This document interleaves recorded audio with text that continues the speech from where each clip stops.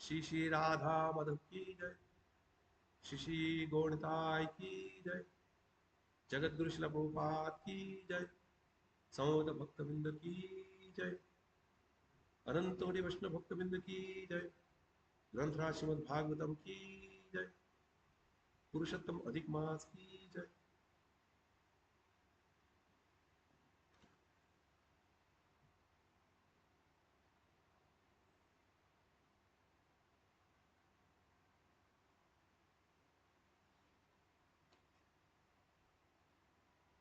हरे कृष्ण। तो आज का सुबह का श्रीमद् भागवतम की कक्षा में आज हम जिस श्लोका के बारे में चर्चा करेंगे वो है श्रीमद् भागवतम की तीसरी कैंटो की 5वीं अध्याय की 21वां श्लोक। ओम नमः भगवते वासुदेवाय।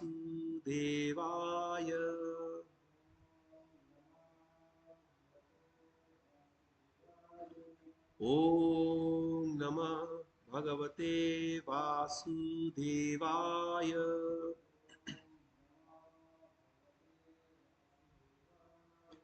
ओम नमः भगवते वासुदेवाय।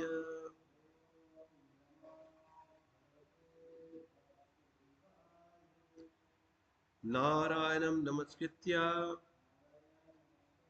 नरं चैव नरोत्तमं देवीं सरस्वतीं व्यासं ततो जयमुदीरये। नष्टप्रायेषु अभद्रेषु नित्यं भागवत सेवया भगवते उत्तमश्लोके भक्तिर्भवति नैष्ठकी।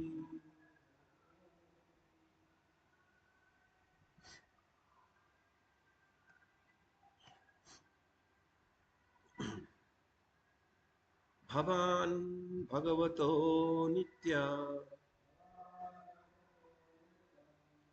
सम्मतसानुगासः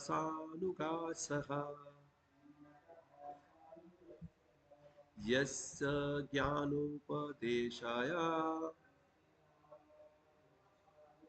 मादिशात् भगवन् व्रज। भवान् भगवतो नित्यं सम्मतसानुगस्सः यस्य ज्ञानोपदेशाय मादिशात् भगवन् व्रज। भवान् भगवतो नित्यं सम्मतसानुगस्सः यस्य ज्ञानोपदेशाय मादिशात् भगवान् भज।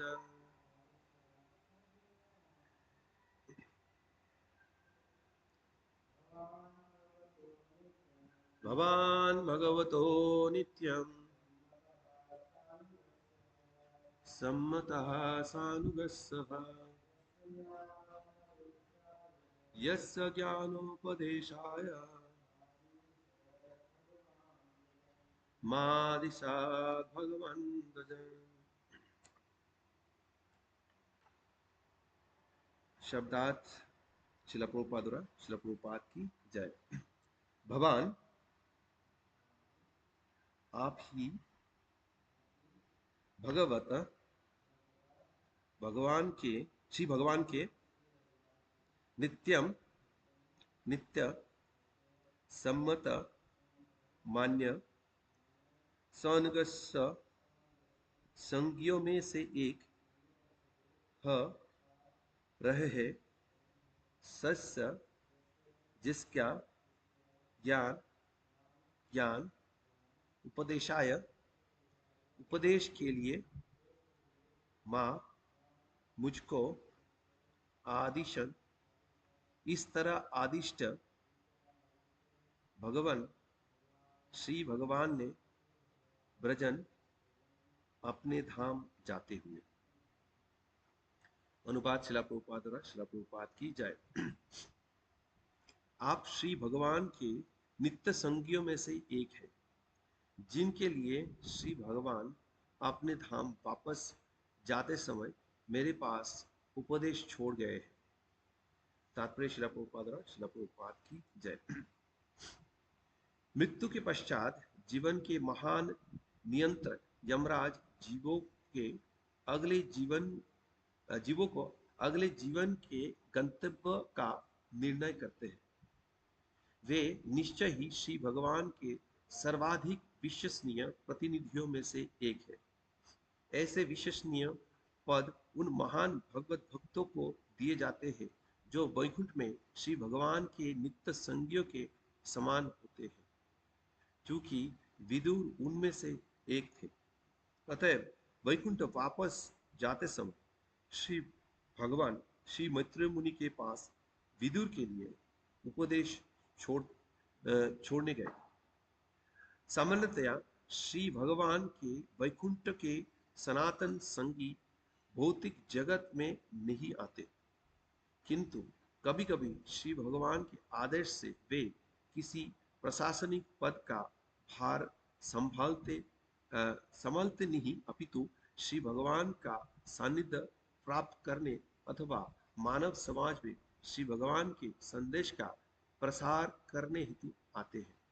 ऐसी शक्ति प्रदत्त प्रतिनिधि शक्तावेश अवतार अर्थात दिव्य शक्ति के संचारित अवतार कहलाते हैं। ओम अज्ञानतिमिरन्धस्य ज्ञानाञ्जनशलाकया चक्षुरुन्मिलितं येन तस्मै श्रीगुरवे नमः। श्रीचैतन्यमनोभीष्टं स्थापितं येन भूतले स्वयं रूपः कदा मह्यं ददाति सोपदान्तिकं। वन्देऽहं श्रीगुरो श्रीयुतपदकमलं श्रीगुरुन् वैष्णवंश्च श्रीरूपं साग्रजातं सहगना रघुनाथान्वितं तं सजीवं साद्वैतं सावधूतं परिजनासहितं कृष्णचैतन्यदेवं श्रीराधाकृष्णपादान् सहगना ललिता श्रीविशाखान्वितं च। हे कृष्ण करुणा सिन्धु दीनबन्धु जगत्पते गोपेश गोपिकान्त राधाकान्त नमोस्तुते। तप्त कंचन गौरंगे राधे वृंदावनेश्वरी वृषभानुसुते देवी प्रणमामि हरिप्रिये। वंशाकल्पतरुभ्यश्च कृपा सिन्धुभ्येव च पतितानं पावनेभ्यो वैष्णवेभ्यो नमो नमः। जय श्री कृष्ण चैतन्य प्रभु नित्यानंद श्री अद्वैत गदाधर श्रीवासादि गौर भक्त वृंद। हरे कृष्णा कृष्ण कृष्ण हरे हरे, हरे राम राम राम हरे हरे। नमो विष्णुपादाय कृष्ण पृष्ठाय भूतले श्रीमते भक्ति वेदांत स्वामी निति नमिने। नमस्ते सारस्वती देवे गौरवाणी प्रचारिणे निर्विशेष शून्यवादी पाश्चात्य देश तारिणे।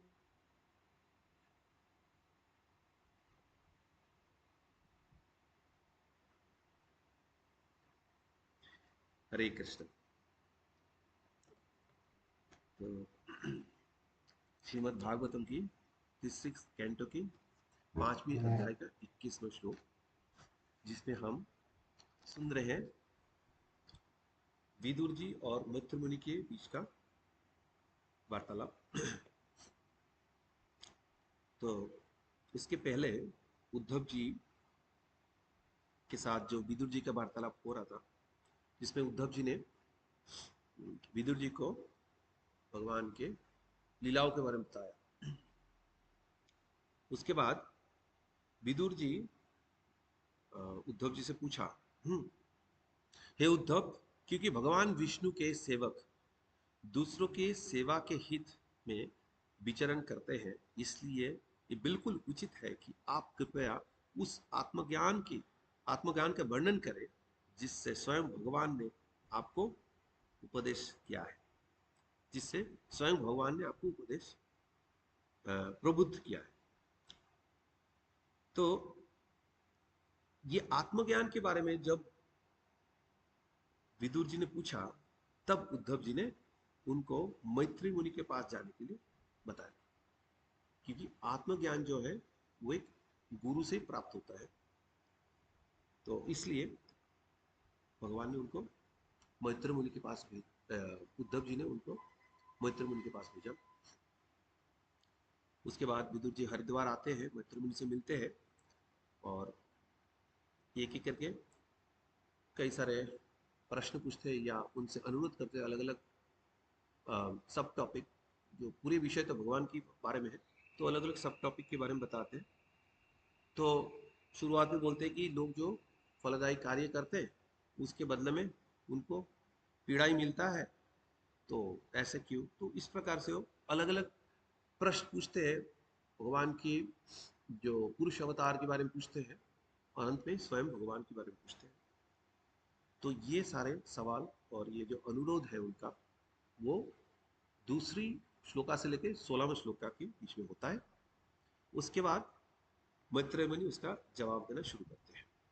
तो सबसे पहले वो विदुर जी को ग्लोरीफाई करते हैं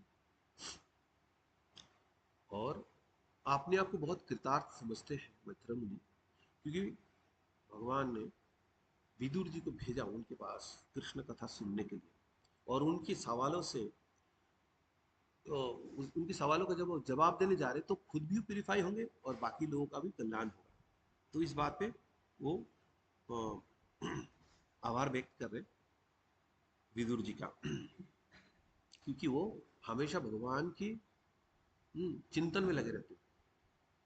तो इस प्रकार शिला प्रभुपाद भी अ, बोलते थे कि मेरे गुरु महाराज शिला भक्ति सिद्धांत सरस्वती ठाकुर, आप सब लोगों को मेरे पास भेजे हैं भगवान की कथा सुनने के लिए। तो इस प्रकार जो हिप्पी लोग थे उनको भी शिला प्रभुपाद ऐसे बताते कि मेरे गुरु महाराज आप लोग को मेरे पास भेजे। तो ये शिला प्रभुपाद की यहाँ पे मैत्री मुनि के ह्यूमिलिटी है। तो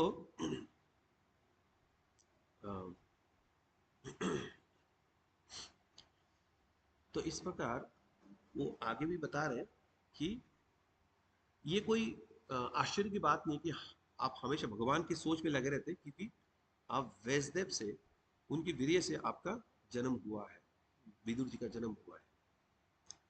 तो हम जानते हैं वैष्णदेव कृष्ण का इनकारनेशन है, तो विदुर जी उनका पुत्र है और उनकी माता श्री थे एक मेड सर्वेंट। तो वैष्णदेव ने उनको इम्प्रेग्नेट किया था और उसके बाद उनकी वीर्य से विदुर जी का जन्म हुआ। पहले हमने सुना है कि मांडव मुनि जो जमराज को श्राप देते, उसके चलते विदुर जी इस पृथ्वीलोक में आए थे। विदुर जी का रूप लेके जमराज आए थे। तो पहले वो जमराज थे। तो जमराज जो है, इनके बारे में पहले सुनते थोड़ा बहुत। तो जमराज जो 12 आदित्य है, अदिति के 12 पुत्र है, उनमें से एक है। तो उनके 12 पुत्र कौन कौन है? प्रमुख जो है वो कौन कौन है? इंद्र है, वरुण देव है, आर्यमा, जमराज, मित्र, ऐसे है प्रमुख। और लॉर्ड वामन देव है, जो उपेंद्र कहते, उप इंद्र, वो कनिष्ठ भ्राता है इंद्र के। तो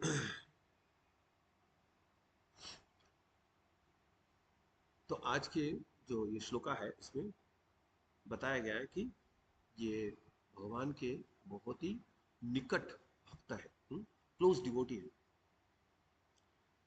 तो इसलिए हम जमराज के बारे में पहले सुनने का कोशिश कर रहे हैं।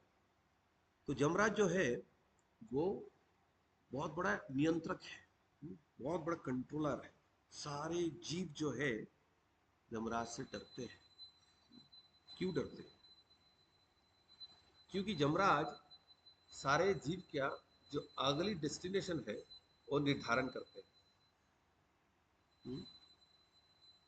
जिस प्रकार एक फाइनेंशियल ईयर जब खत्म होता है तो पूरे जो पिछले साल का जो इनकम वगैरह सब कुछ का हिसाब किताब देना पड़ता है। उसके बाकी टैक्स बचता है तो सब जमा करना पड़ता है, सब हिसाब किताब बराबर किया जाता है। तो उसी तरह से जब जीवन का अंत होता है, एक जीवन का अंत होता है, शरीर छोड़ते हैं हम, तब अगले शरीर पाने के लिए पूरा हिसाब किताब होता है जमराज की कोर्ट में। तो इसलिए जमराज से सब डरते हैं। और वहां पे क्या होता है ना, कोई बायासिज्म नहीं होता, एकदम स्ट्रिक्ट पेपर चेकिंग जैसे होता है ना, अनबायस तरीके से ऐसे होता है। अच्छा किया तो अच्छा मिलेगा, बुरा में तो बुरा मिलेगा। ये भी बता दिया जाता है तुम्हारे खाते में कुछ अच्छा है, तुम्हारे खाते में कुछ बुरा है। और उसको अगर दो लाइफ में सेग्रीगेट किया जाता है तो वो भी बता देते हैं। तो जिसमें तुम्हें पुण्य का फल मिलेगा ये एक लाइफ है, जैसे महाराज इंद्रिका के साथ हुआ था, और एक पाप का लाइफ ये है। कौन सी पहले जीना चाहते हो, ये भी कभी कभी ऑप्शन भी देते हैं, ज्यादातर नहीं मिलता है। तो इस प्रकार एकदम इम्पार्शियल तरीके से हिसाब होता है सबका। तो इसलिए सब डरते हैं यमराज से। हम्म? अपना हर चीज तो खुलासा हो जाएगा उनके पास, और उसके बाद उसी हिसाब से सजा मिलेगा, तो इसलिए डरते रहते हैं। तो श्रीमद् भागवतम की ये जो तीसरी कैंटो है उसके अंत में जाके वो नरक की वर्णन किया जाता है। उसमें 28 प्रकार की अलग अलग नरक की वर्णन किया जाता है। तो अगर कोई सोचे कि भाई अगर ये देखे कि भाई कोई ऐसा नरक है कि जिसमें थोड़ा कम पीड़ा होता है, 28 की 28 एक के बाद एक पढ़ोगे, कहीं पे बिल्कुल चैन नहीं है, बिल्कुल चैन नहीं है। और एंड में कोई हिल जाएगा। अगर जो होता है ना, एक डिस्क्लेमर दिया जाता है कि जिन लोगों का हार्ट की प्रॉब्लम है ये वीडियो ना देखे, कमजोर हार्ट है ना देखे। तो इस प्रकार इसमें मुझे जहां तक याद है कोई डिस्क्लेमर नहीं है। तो अंत में जाके पढ़ोगे तो अरे, जो तैयार नहीं उसको लगेगा अरे कहाँ फंस गए। तो उद्देश्य ने कि किसी को डराना है। इतने डिटेल में क्यों बताया गया, ये नहीं कि किसी को स्केयर करना है। बात ये कि ये सब हेलिश प्लेनेट में जो लोगों को तड़पना पड़ेगा, इस तड़प से बचने के लिए लोग अलग अलग प्रकार के रास्ता अपनाते हैं। कोई ज्ञान युगा पकड़ लेगा, कोई अष्टांग युगा पकड़ लेगा, कोई प्रायश्चित करता है, कुछ ना कुछ करते रहते हैं, है ना?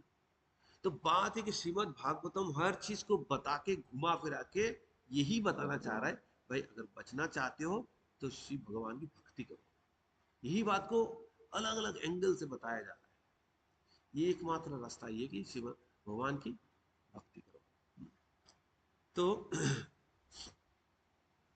तो जमराज के पास ये जो है ना, ये थैंकलेस टास्क है।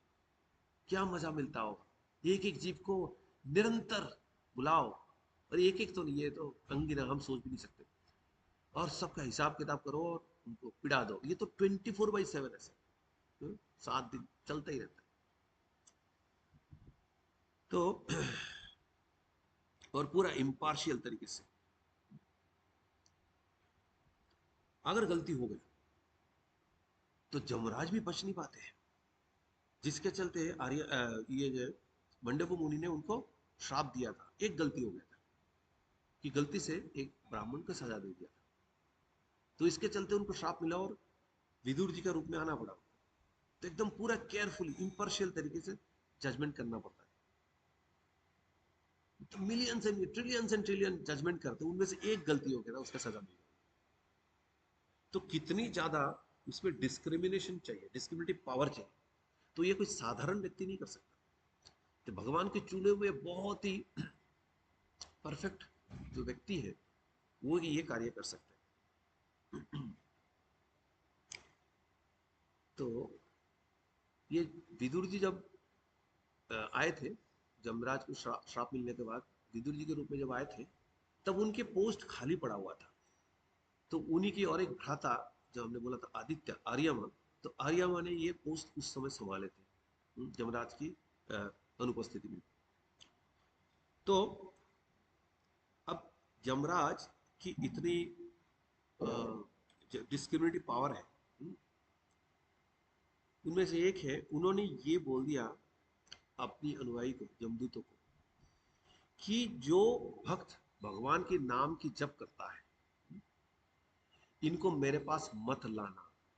श्री श्री जगन्नाथ बलदेव सुभद्रा महारानी की जय, श्री श्री राधा मदन मोहन की जय, श्री श्री गौरताय की जय, जगत गुरु श्री प्रभुपाद की जय। इनको साजा प्राप्त कराने के लिए मेरे पास मत लाना। तो किसको लाना है? जमराज बताते, इंस्ट्रक्शन देते, हे मेरे प्रिय सेवकों, कृपया उन भक्तों के पास भी ना जाए जिन्होंने भगवान के प्रति पूर्णतः आत्मसमर्पण कर दिया है। उन उच्च कोटि के भक्तों को देवताओं द्वारा सदा प्रशंसा की जाती है और वे पूर्णतः समभाव और सभी के प्रति मित्रवत होते हैं, क्योंकि वे भगवान विष्णु के हाथ में विद्यमान गद्दी से निरंतर सुरक्षित रहते हैं। इसलिए ना तो आप, ना मैं और ना ही समय उन्हें दंडित कर सकता है। तो एक तरह से भगवान की भक्त सुरक्षित रहते हैं। जमराज, जमदूत और समय उनको दंड नहीं दे सकता, ये जमराज बता रहे। तो ये बता रहे कि किनको नहीं लाना है। और भगवान की ग्लोरी प्योर डिवोटी है, तो भगवान के जो नित्य पार्षद है, तो इसको हम कैसे समझे? तो ये थोड़ा सैंपल से हम समझ रहे, श्रीमद् भागवतम की श्लोका है उनके अनुवाद से समझ रहे कि वो बता रहे, शिक्षा दे रहे अपनी सेवकों को, हे मेरे प्रिय सेवकों, कृपया मेरे पास केवल उन्हीं पापी व्यक्तियों को लाओ जो अपने मुख से कृष्ण के पवित्र नाम और गुणों का गुणगान नहीं करते, जिनके हृदय में कृष्ण के चरण कमलों का स्मरण एक बार भी नहीं होता, और जो भगवान कृष्ण के समक्ष एक बार भी सिर नहीं झुकाते। मुझे उन लोगों को हाँ, भेजो जो विष्णु के प्रति अर्पण अपने कर्तव्य का पालन नहीं करते, जो मनुष्य जीवन में एकमात्र कर्तव्य है, जीवेर स्वरूप है कृष्ण नित्यदास, भगवान की सेवा करना यही हमारा कर्तव्य है। पर जो ऐसा कर्तव्य नहीं करता है, उनको मेरे पास लाओ। कृपया ऐसे सभी मूर्ख और दुष्ट को मेरे पास लाओ। तो क्लियर कट डिस्क्रिमिनेटिव पावर दे दिया उनको, किसको लाना है और किसको नहीं लाना। तो इसलिए भगवान की जो भक्त है, उनको जमराज से डरने का कोई आवश्यकता नहीं। जैसे प्रहलाद महाराज बोलते हैं लॉर्ड नरसिंहदेव को कि आपका रूप कितना भी फियर्स हो जाए, मुझे कोई डर नहीं लगता आपसे। तो भगवान के भक्त उनसे नहीं डरता, जो अभक्त है वही डरते हैं। तो उसी प्रकार जमराज से भी भक्तों को कोई डरने की आवश्यकता नहीं है। वो भगवान की बहुत ही कॉन्फिडेंशियल रिप्रेजेंटेटिव है। और ऐसा नहीं कि सब यही थैंकलेस टास्क जो है पनिश करना है, दिन भर यही करते रहते हैं। ऐसा नहीं कि उनके पास कोई उच्च ज्ञान नहीं है, सब यही करते रहते हैं, ऐसा नहीं है। तो धर्मराज है, धर्मराज है, हाँ। उन्होंने जमदूतों को जो अभी बताया, शिक्षा दिया, उनमें से ये भी है, धर्मम तो साक्षात भगवत प्रणीत, भगवान स्वयं आके धर्म की प्रतिष्ठा करते हैं। तो इस प्रकार उन्होंने बहुत ज्ञान दिया है। तो इस समय पता लगता है कि जमराज हाँ कितनी ज्ञानी व्यक्ति है, कितनी भक्त है, भगवान की कितनी क्लोज डिवोटी है। तो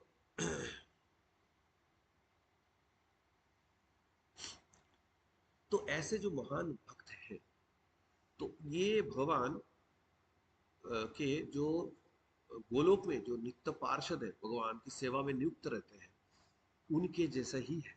क्योंकि हमेशा भगवान की सोच में लगे रहते हैं और भगवान की कार्य करते रहते हैं, नित्य सेवा में लगे रहते हैं और भगवान के गुणगान करते रहते हैं। तो ये नित्य सेवक है भगवान के, तो इसलिए भगवान की बहुत प्रिय है। तो क्यों उनको भगवान के इटर्नल सेवक कहा जाता है? थोड़ा और समझने की कोशिश करें, इसमें तो बहुत सारे पॉइंट दिया जा सकता है।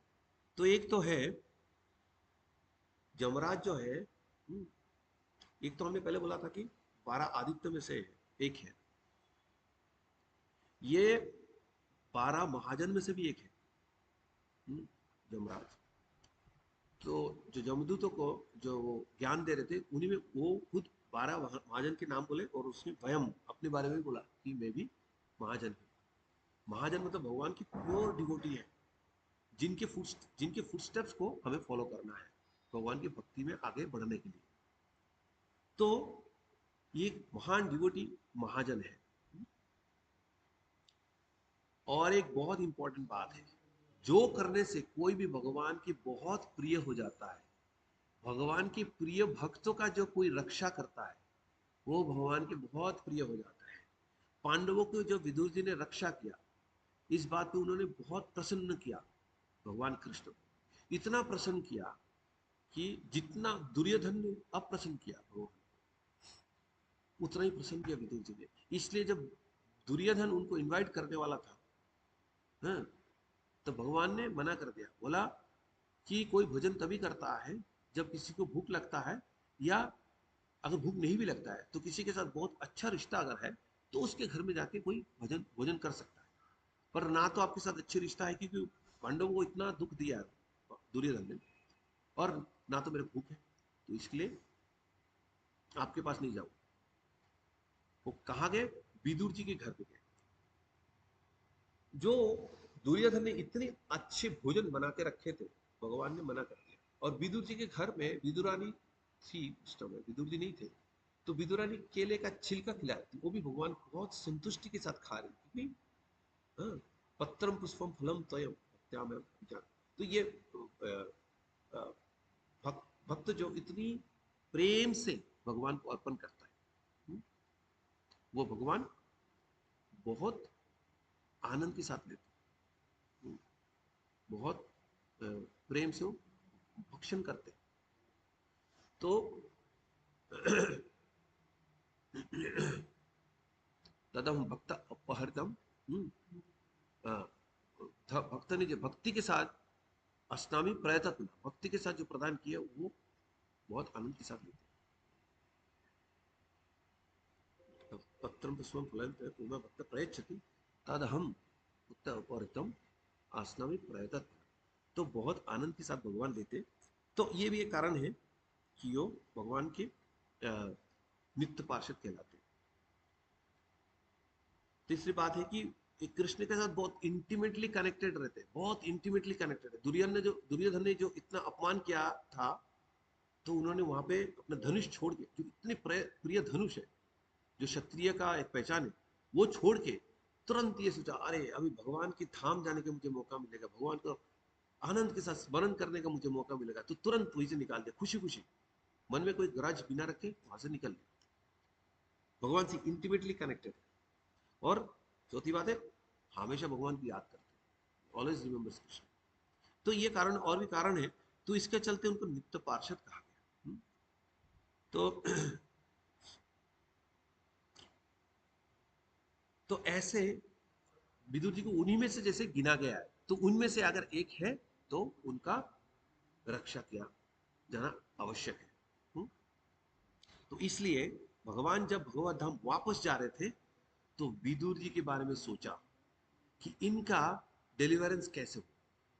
तो उन उसके तरीका भी उन्होंने ढूंढा, एकदम प्रिसाइज तरीके से उन्होंने उद्धव जी को बद्रिकाश्रम भेज दिया कि वहां पे मेरे प्रिय कुछ भक्त है, उनका उद्धार आप जाके करो। पर आपको विदुर जी को उपदेश देने का आवश्यकता नहीं है, उसके लिए मैत्र मुनि को नियुक्त किया। मतलब विदुर जी आपके पास जब आएंगे तब आत्मज्ञान का, आप उनको आत्मज्ञान के ज्ञान देना।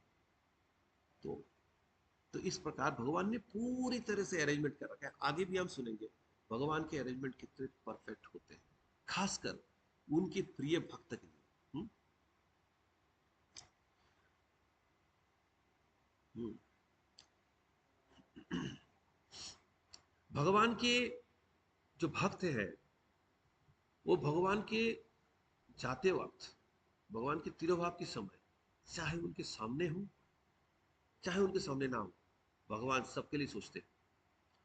लॉर्ड चैतन्य महाप्रभु, हाँ, के समय नरोत्तम दास ठाकुर नहीं थे, पर नरोत्तम दास ठाकुर को भगवान के कृष्ण प्रेम मिले, उसकी पूरी बंदोबस्त करके गए थे। पद्मानंद जी को बोले थे कि जब नरोत्तम दास यहाँ नहाने आएगा तो उनको कृष्ण प्रेम प्रदान करना, क्या लक्षण होगा, कैसे आप पहचानोगे, सब कुछ बता दिया। तो भगवान ने बहुत एडवांस तरीके से परफेक्ट अरेंजमेंट करके रखा है। तो वैसे तो बहुत इम्पार्शियल है, पर अपने भक्तों के लिए बहुत पर्टिकुलर है, बहुत पार्शियल है, पूरी तरह से फुल फ्लेश्ड परफेक्ट अरेंजमेंट करके जाते हैं। और एक महाजन भीष्म पितामह, उनके लिए भी भगवान ने कितना परफेक्ट अरेंजमेंट करके गए, चाहे श्रवणम हो चाहे कीर्तन हो, उनके डिलीवरेंस के लिए पूरी अरेंजमेंट करके गए। जब कोई शरीर छोड़ रहा हो, भगवान के सामने आना एक बात है, और भगवान खाली हाथ नहीं आए, भगवान उनके लिए सेवा लेके आए, सर्विस लेके आए। जैसे लक्ष्मण जी के बारे में बताया जाता है, लक्ष्मण लक्ष्मी संपन्न, उनको सेवा की लक्ष्मी मिली हुई, तो इसलिए इतना धनी है।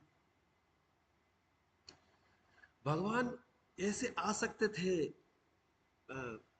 भीष्म पितामह के पास, पर साथ में इतनी बड़ी सेवा लेके आए उनके लिए। उनके शरीर में इतना तीर जो आर पार था, उसके लिए कितना उनको दर्द हो रहा है, उन दर्द को उन्होंने कम कर दिया, इतना कम किया ताकि वो प्रवचन दे पाए आनंद के साथ। उन्होंने पांडवों को, मुख्यतः युधिष्ठिर महाराज को उन्होंने प्रवचन दिया, और भगवान ने ये भी सिचुएशन क्रिएट किया कि मैं उनको समझाने के लिए बहुत कोशिश किया, बट ऐसे भगवान करते हैं कि प्रवचन दिया आपको, ऐसे दे रहे कि प्रवचन आपको समझ में ना आए।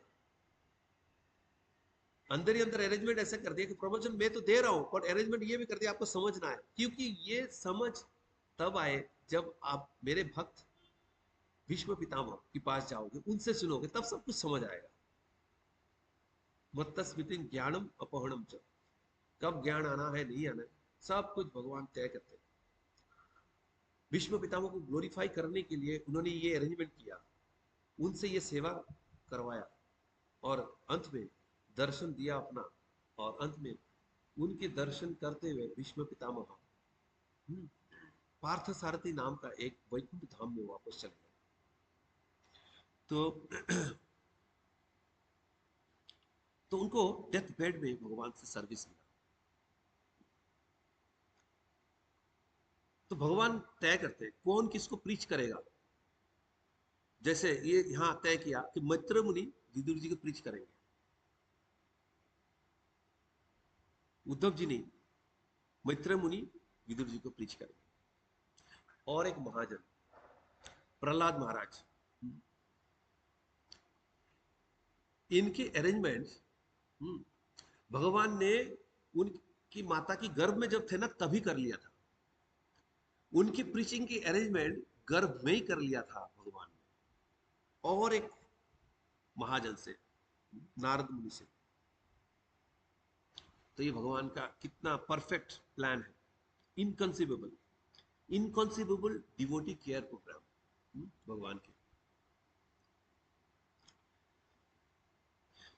और एक महाजन सुखदेव गोस्वामी, माता की उम्र में थे, पिताश्री कौन थे, स्वयं व्यासदेव, जो प्रवचन जिनका अचूक है, उनके प्रवचन काम नहीं किया कि वो अपनी माता की गर्भ से बाहर नहीं आ रहे।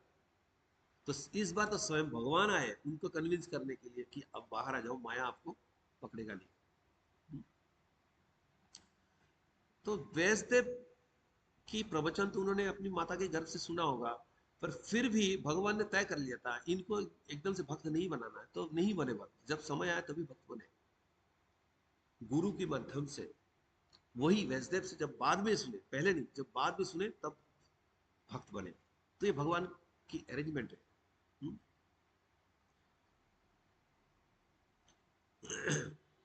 तो ये विदुर जी के प्रति जो भगवान की इतनी कॉजलेस अफेक्शन है, तो उसी के चलते उन्होंने ये पूरे अरेंजमेंट बनाया ताकि मैत्र मुनि से वो सेल्फ रियलाइजेशन की ज्ञान प्राप्त कर पाए। तो अभी श्रीधरी टीका सुनते हैं परम पूज्य श्रीधर स्वामी महाराज से।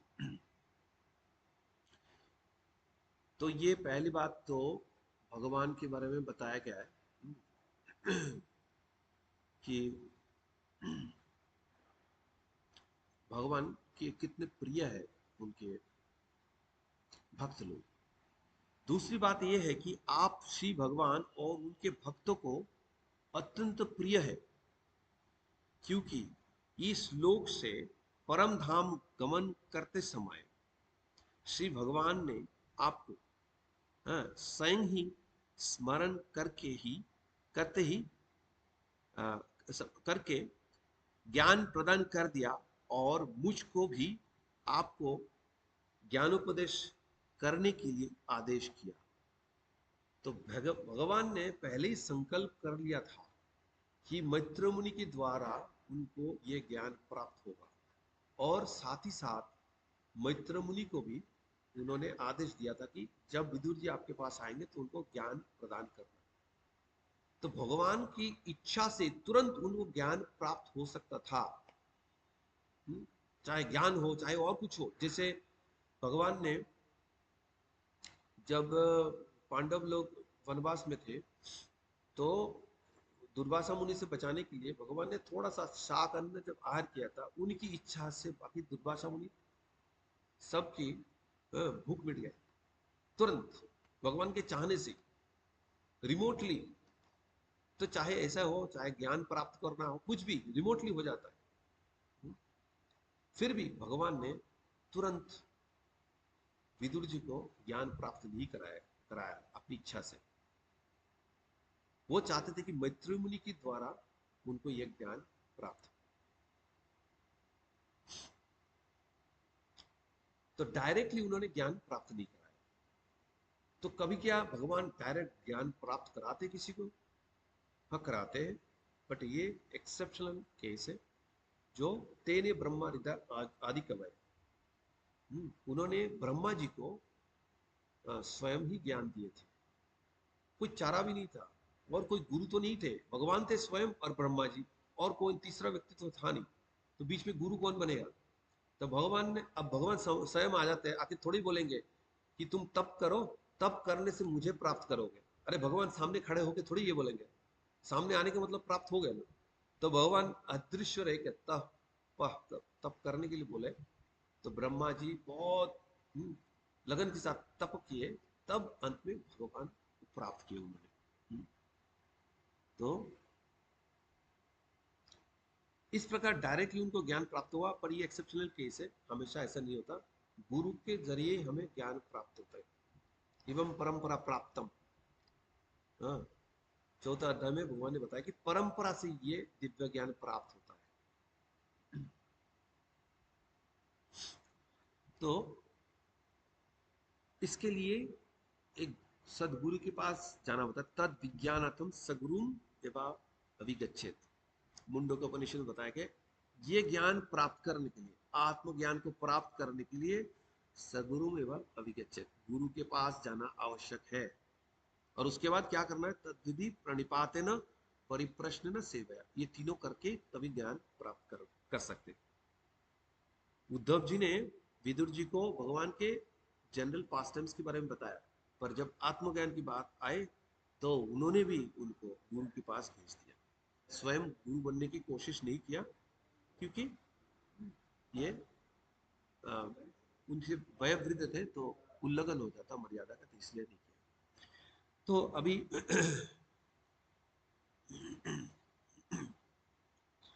तो कोई कह सकता है, हाँ, भगवत गीता की 10th चैप्टर की 10th श्लोका में हमने देखा है, ददामि बुद्धि योगम तम येनम उपयन्ति ते। तो भगवान हृदय में तो हमें ज्ञान प्रदान करते हैं, डायरेक्टली तो ज्ञान देते हैं, तो वो कौन सी ज्ञान है? तो शिला प्रभुपाद बताते हैं परपोर्ट में कि जिनको सदगुरु प्राप्त हुआ है, उनसे उपदेश प्राप्त हुआ है, जिनको अच्छा संस्था भी मिला है, जैसे हम इस्कॉन में एक संस्था मिला है, वो भी प्राप्त हुआ, सब प्राप्त हुआ, फैसिलिटी सारे प्राप्त है, फिर भी मंद बुद्धि के कारण वो भक्ति में आगे नहीं बढ़ पा रहा है। उस केस में भगवान उनको हृदय में ज्ञान प्रदान करते हैं, ददामी बुद्धि योगम तम ये नम उपाय। तो ऐसा है। अब शिला विश्वनाथ चक्रवर्ती ठाकुर की सारार्थ दर्शनी टीका पढ़ते हैं। आप मात्र जमराज के आधिकारिक पद पर आसीन भक्त नहीं है, अपितु आपने अन्न प्रकाश स्वरूप में आप भगवान के नित्य पार्षद भी है। ऐसा नहीं कि एक पोस्ट लेने के लिए, पोजीशन लेने के लिए आप आए हो, आप भगवान के नित्य पार्षद हो। श्री भगवान ने ब्रजन अर्थात वैकुंठ गमन के पूर्व मां अर्थात मुझे आदेश दिया, मुझे आदेश दिया, मतलब मैत्र मुनि को आदेश दिया कि जब विदुर जी आपके पास आएंगे तब उनको ये ज्ञान देना। तो अब ये सवाल आता है कि भगवान के नित्य पार्षद, अच्छा नित्य पार्षद है, तो नित्य पार्षद लोग वैकुंठ धाम छोड़ के ये लोग धराधाम में क्या कर, पृथ्वी में आके क्या कर, ये तो नित्य मुक्त है, उनको तो वैकुंठ लोक में होना चाहिए, यहाँ क्या कर। हमने सुना भी है, हाँ, 15वें चैप्टर में भगवत गीता में, जस्मिन गत्वाना निवर्तन्ते तद्धम्म परमम। तो ये तो उसका विपरीत लग रहा है। तो बात है कि जनरली जो मुक्त आत्मा है, जो भगवत धाम जा चुके हैं, वो ये भूलोक में या मेटेरियल वर्ल्ड में आते नहीं। कभी कभी भगवान के आदेश से या भगवान के नाम की प्रचार करने के लिए, भगवान की कथा के प्रचार करने के लिए वो आते हैं। होके आने के बाद हो सकता है कोई कोई एडमिनिस्ट्रेटिव पोस्ट भी पकड़ते हैं, बट वो एडमिनिस्ट्रेटिव पोस्ट पकड़ना असली उद्देश्य नहीं है। भगवान की ज्ञान की प्रचार करना, भगवान की कीर्तन करना, ये उद्देश्य रहता है उनका। तो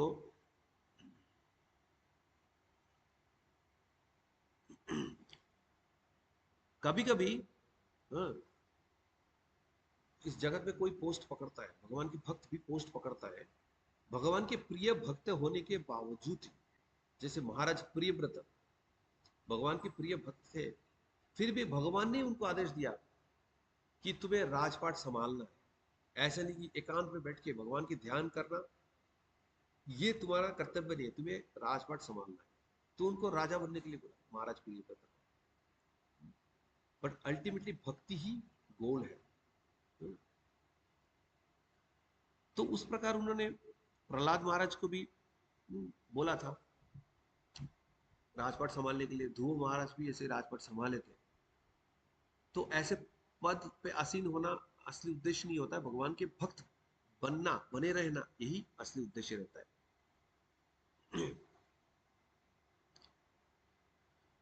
तो इस प्रकार ये परम भक्त जो भगवान के हैं, वो इस भौतिक जगत में आते हैं और भगवान की जो यश है उसका कीर्तन करते हैं। तो ऐसे जो भक्त है जिनको भगवान से शक्ति प्राप्त होता है, भगवान की गुणगान करने के लिए शक्ति प्राप्त होता है, तो ऐसे भक्त जो है उनको सक्तावेश अवतार कहा जाता है। भगवान उन पे अपना शक्ति इन्वेस्ट करते हैं। तो इनमें से कोई प्रमुख सक्तावेश अवतार कौन है? जिससे नारद मुनि है। जो भगवान के सारे जो पूर्ण भक्ति शक्ति है वो नारद मुनि को उन्होंने प्रदान किया। तो इसलिए नारद मुनि किसी भी लोक में जाते हैं और किसी भी प्राणी को भक्त बना सकते हैं। नारद मुनि के भक्त सिर्फ मनुष्य नहीं है, वो सांप हो, जंतु जानवर हो, किसी को भी भक्त बना सकते हो। नारद मुनि में इतना शक्ति है, वो सचमुच भगवान की सक्तावश अवतार है। भक्ति शक्ति उनकी पूरी तरह से आवश्यक है। और बहुत सक्सेसफुली ये कार्य कर पाते। तो चैतन्य चरितामृत में हम सुनते हैं कृष्ण शक्ति बिना नाही तारा प्रवर्तन। भगवान ने ये शक्ति अगर किसी को नहीं दिया है तो कोई भगवान के यश का कीर्तन कहीं नहीं कर सकता, नाम कीर्तन नहीं कर सकता। भगवान ने अगर शक्ति दिया तभी जाके वो कर सकता है। तो शिला प्रभुपाद हमारे इस्कॉन के फाउंडर आचार्य, वो भी भगवान से शक्ति प्राप्त किए थे। और ये शक्ति उन्होंने प्राप्त किया था तभी देश छोड़ के विदेश में जाके वो भगवान की यश की कीर्तन कर पाए। इतने सारे जो नॉन डिवोटीज थे, हिप्पीज थे, उनको भक्त बना पाए क्योंकि उनके अंदर वो शक्ति का आवेश था। तो शिला प्रभुपाद भी ऐसे ही स्पिरिचुअल वर्ल्ड में थे, कृष्ण के साथ थे। तो उनका तो भौतिक जगत में आने का कोई सवाल ही नहीं है। तो उनके बहुत रिलैक्टेंस था, नहीं आना चाहते थे। पर कृष्ण ने उनको आदेश दिया कि कोई बात नहीं, तुम जाओ, तुम्हें ज़्यादा देर वहाँ पर रहने की जरूरत नहीं, और मेरे ग्रंथ का रचना करो, पब्लिश करो, बुक्स पब्लिश करो, and then you can come back. तो वही शिला प्रभुपाद ने किया। हमें भक्ति वेदांत जो परपोट है वो दिया उन्होंने। ये बहुत अनमोल है। जैसे अगर श्रीमद् भागवत गीता की बात करते हैं तो जो 700 श्लोक है वो तो पहले भी था, अभी भी है।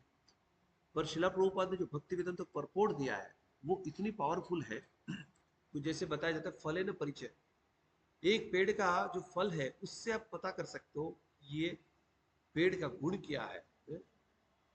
तो उसी प्रकार से शिला प्रभुपाद की जो भक्ति आंदोलन है, जिसका मुख्य जो साधन है वो है श्रीमद् भागवत गीता। तो ये मतलब पुस्तक की तौर पे तो क्योंकि श्रीमद् भागवत गीता के वितरण सबसे ज्यादा हुआ है, श्रीमद् भागवतम की भी हुए, पर उतना नहीं पहुंच पाए जितना श्रीमद् भागवत गीता घर घर पे पहुंचे और उससे लोगों का हृदय में ट्रांसफॉर्मेशन आए। तो लोगों में जो ट्रांसफॉर्मेशन आए हैं वो कोई भी एक साधारण व्यक्ति बता सकता है कि शिला प्रभुपाद के ये बुक्स पढ़ के पीछे पिछले 50 साल में क्या ट्रांसफॉर्मेशन आया है, और दूसरी भगवत गीता पढ़ के जो दूसरे लोग पढ़ते हैं उनके अंदर भक्ति का संचार कितना हुआ है। तो कोई भी साधारण व्यक्ति उसको कंपेयर कर सकता है, करके समझ सकता है कि किन को भगवान की भक्ति मिला है प्रॉपर तरीके से, और वो कहाँ से मिला है। जो पावर ऑफ अटॉर्नी भगवान ने शिला प्रभुपाद को दिया है, और उन्होंने अपनी शक्ति जो अपनी भक्ति वेदांत परपोट में दिया है, उसी शक्ति से लोगों के हृदय में ट्रांसफॉर्मेशन आ रहा है। क्योंकि ये परपोट पढ़ के हम शिला प्रभुपाद के साथ एसोसिएट करते हैं और भगवान कृष्ण के साथ एसोसिएट करते हैं, तो उनको प्योर हमें एसोसिएशन मिलता है। और ये भगवान की एसोसिएशन, भगवान की डिवोटी की एसोसिएशन हमारे हार्ट को प्यूरिफाई करता है। इसलिए भक्ति वेदांत परपोट हमारे लिए इतना अनमोल है। और ये भगवान की ही परिकल्पना है कि उन्होंने शिला प्रभुपाद को भेज के हमें ये भक्ति वेदांत परपोट उपलब्ध कराया। तो इस प्रकार हमें भक्ति वेदांत परपोट से शिला प्रभुपाद और भगवान कृष्ण के सानिध्य मिलता है भक्ति वेदांत परपोट के जरिए। तो ये गुरु परंपरा की जो मर्सी है, ये पूरी परंपरा की एसोसिएशन हमें श्रीमद् भागवतम से मिल रहा है। तो कितनी बड़ी कृपा है भगवान की, तो है ही गुरु परंपरा के हमें एसोसिएशन मिल रहा है श्रीमद् भागवतम से। तो ये जो भगवान इतनी मर्सीफुल है, जो अपने भक्तों के लिए, भक्तों की डिलीवरेंस के लिए, भक्तों को आनंद प्रदान करने के लिए अलग अलग प्रकार की योजनाएं करते हैं और उनको डिलीवर करते हैं, उनको कृष्ण प्रेम प्रदान करते हैं। वैसे भगवान और उनके भक्त की सानिध्य हमें हमेशा मिले और उनसे कृपा प्राप्त हो, यही याचना करते हुए आज की कथा को यहीं पे विराम देते हैं। जगत गुरु शिला प्रभुपाद की जय। ग्रंथराज श्रीमद् भागवतम की जय। समस्त भक्तवृंद की जय। कोई प्रश्न?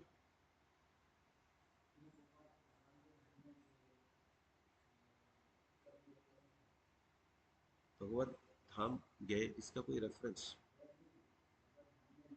थे?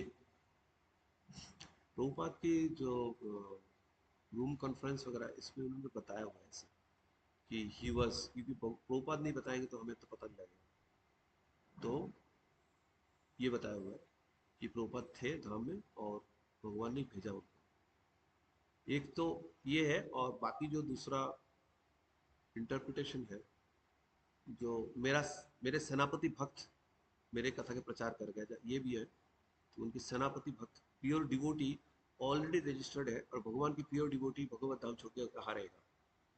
तो ये दो चीज, एक इंटरप्रेटेड है और एक सीधा शिला प्रभुपाद ने बताया हुआ है। ठीक है? हाँ, खुद बताया। ठीक है, आपको मैं रेफरेंस भेजूंगा। ओके, तो आज की कथा को ही विराम देते हैं। जगत गुरु शिला प्रभुपाद की जय। ग्रंथराज श्रीमद् भागवतम की जय। समस्त भक्तविंद की जय। पुरुषोत्तम अधिक मास की जय।